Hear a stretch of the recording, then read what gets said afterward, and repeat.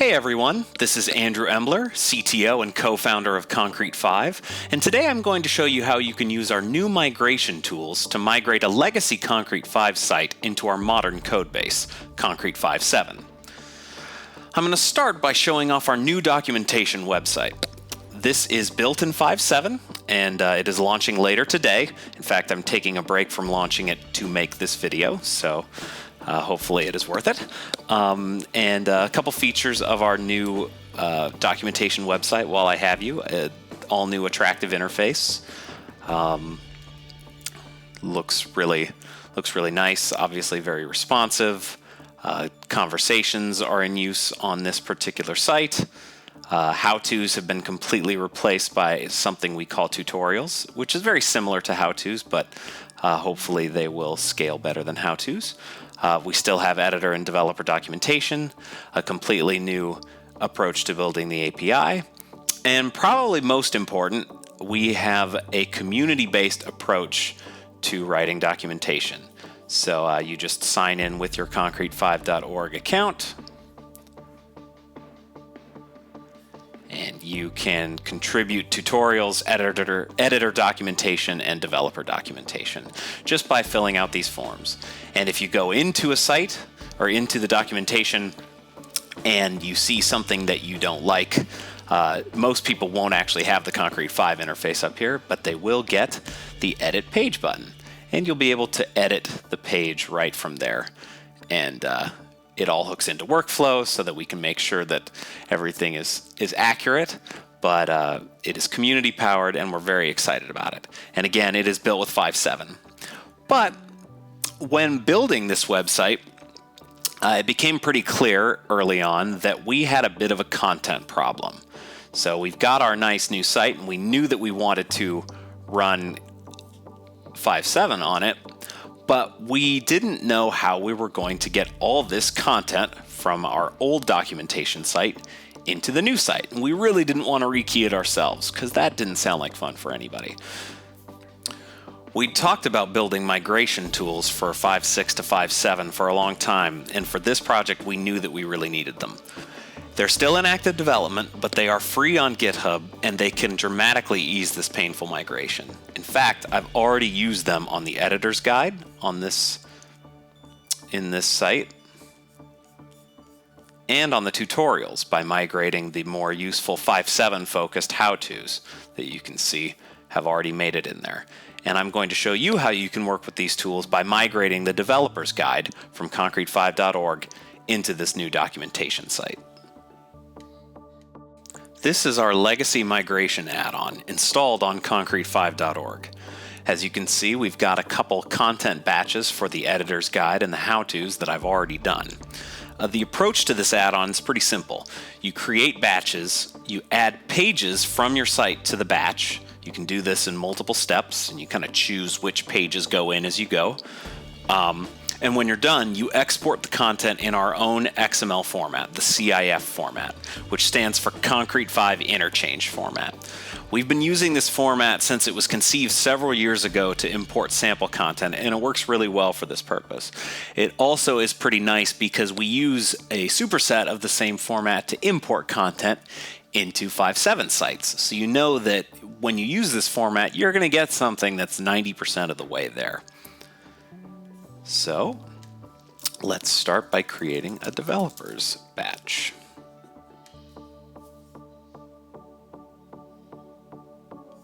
I don't have any pages in the batch yet, so let's add some. This takes me to a search interface where I can search for all the pages that I want to include. And for this, I'm going to just include everything that's underneath the developer documentation section in the sitemap. Now that that's loaded, we scroll down, we find our 5.7 documentation node right here, and we click that. And now we don't need to filter by page type or anything, and we search.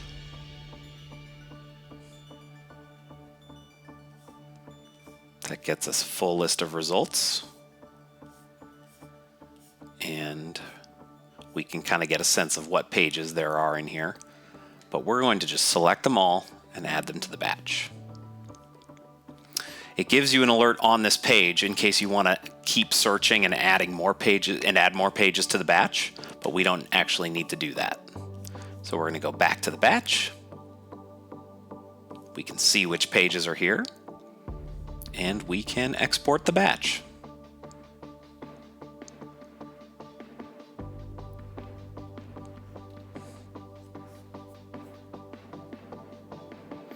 Clicking on this button actually takes a little while because in addition to sort of figuring out which pages need to get included in the XML, you'll notice there are files listed here.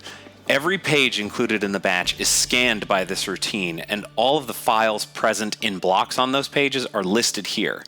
Then you can select these files and click Download Files, and they'll all be zipped up into an archive, which you can then provide to the import routine. And much like we do with sample content, we just work off of the file names. We're still going to be working on making sure that stuff works when you have duplicate file names, but that actually hasn't been a problem with this particular migration, and for most it won't be a problem even before we get that code in place. So now I've downloaded my files, and I've got a button here for Content XML. If I click Download XML, it's going to take a moment while it regenerates that XML, and it downloads this XML file. And if I open it in a text editor, you can see this looks like XML. Now that we have the files in the XML, let's import them into the documentation website. We're going to head into the dashboard and find the migration tool. Currently, those pages live in System and Settings. Down here at the bottom, there's Migration Tool with Import and Export Content. You'll notice my editor's batch is still sitting in here. We'll create a new batch for our developer documentation.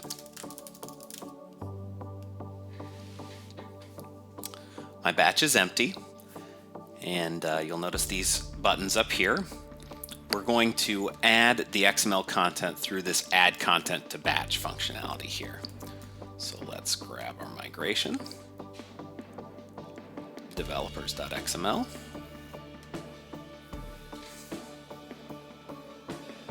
and you'll notice the replace batch content versus append. You can add these files piecemeal. Sometimes XML can time out because it can get to be, we can be dealing with large files. Fortunately, you can break those up. Now you'll notice my batch is now created. I've got a bunch of pages showing up here, and they look more or less like the pages that I got from my site. You'll notice I have a lot of errors, significant errors detected. Ooh, that doesn't sound good.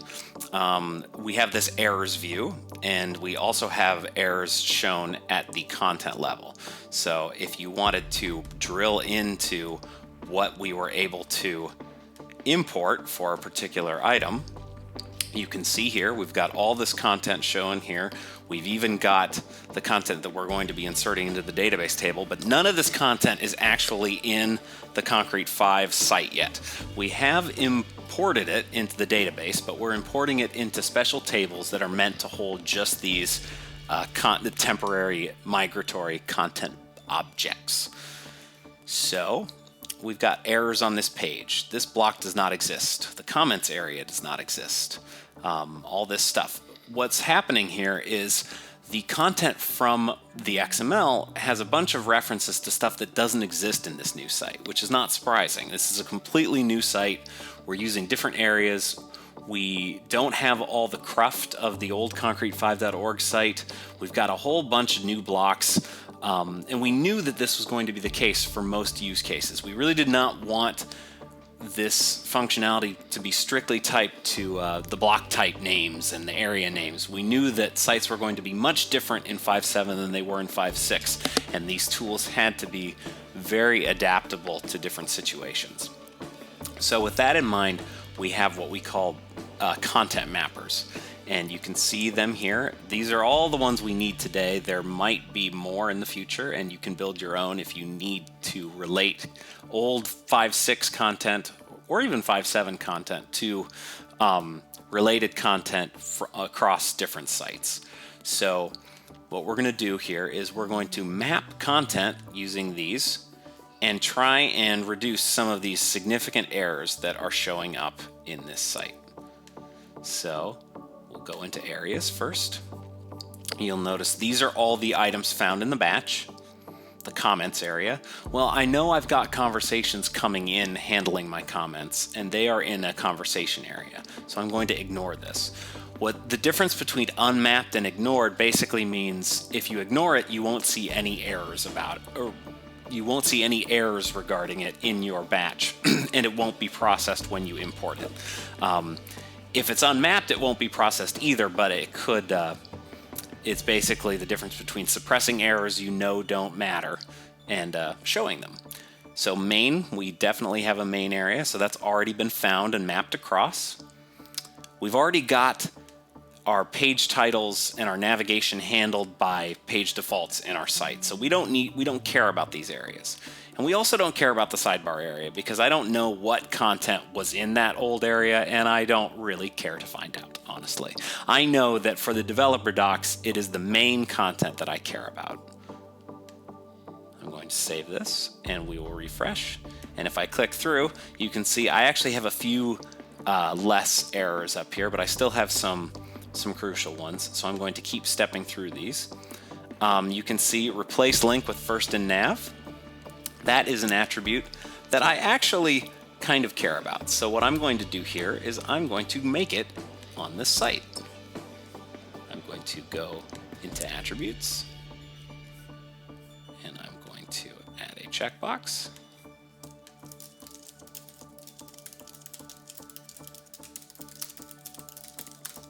For those who don't know, if this is turned on a particular page, that anytime that page is linked to in the auto nav, the first child's link will be substituted for this link instead. So now let's head back to the import batch. Back to attributes. And since I created that new, I have to remap it myself. But if I were to import this again, it would be found. So let's go into block types. You'll notice we already have a markdown block that we've added for this new site. HTML is in use, and we will keep using that. We had an old next previous block made by a former developer of ours, Tony. And we are actually using the built-in next previous block, so I'm going to ignore that. Scrapbook display, you should ignore those if you get those. Honestly, right now, scrapbook importing does not work, so this is just an FYI. And all these other ones should be fine. Page templates are a new concept in 5.7, so they're not going to be in a 5.6 site. Page types will be, however. You'll notice in the old site, we had a left sidebar page type and detail. We kind of use those interchangeably, but more or less, left sidebar was used for articles. So we will make this map to developer document. And detail was mapped to sort of sections of documentation. So I'm going to map that to the section page type. And then finally, we've got composer content. And what this means is in 5.7, you can specify the blocks that get composer fields in your interface. And we want to tell the importing that if it finds a markdown block in the developer documentation, it should treat that as the composer block for that page type if it exists.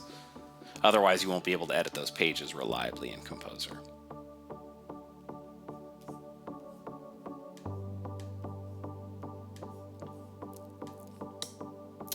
Finally, we refresh this page, and you can see we've been downgraded to yellow, so that's positive. If we click through, you can see these are all content related.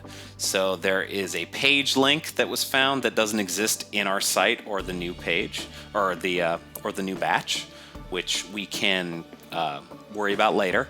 What's nice is if you keep these batches around after you import them, the errors stick around, so you actually have a nice list of stuff that you can fix by hand if you need to.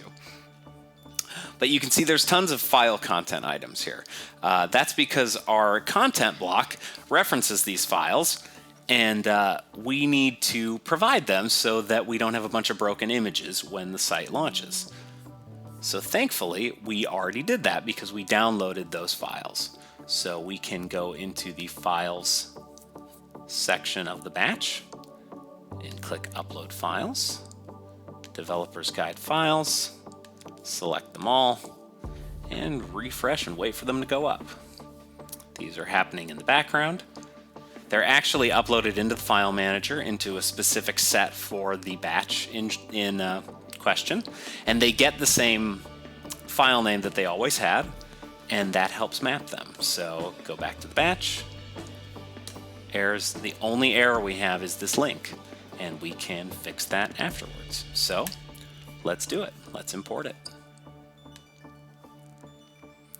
We import batch to site and click.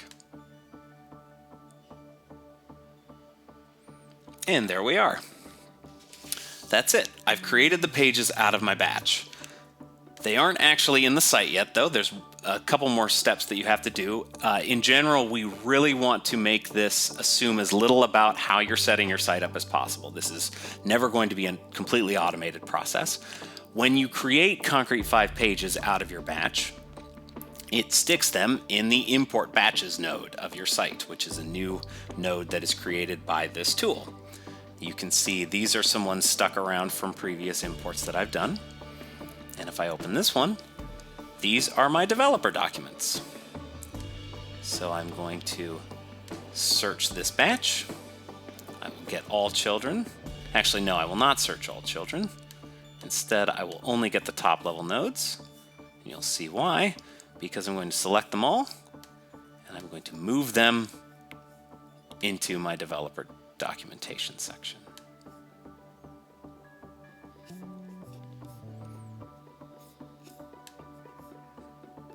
And that's it. Now I have a full developer's guide.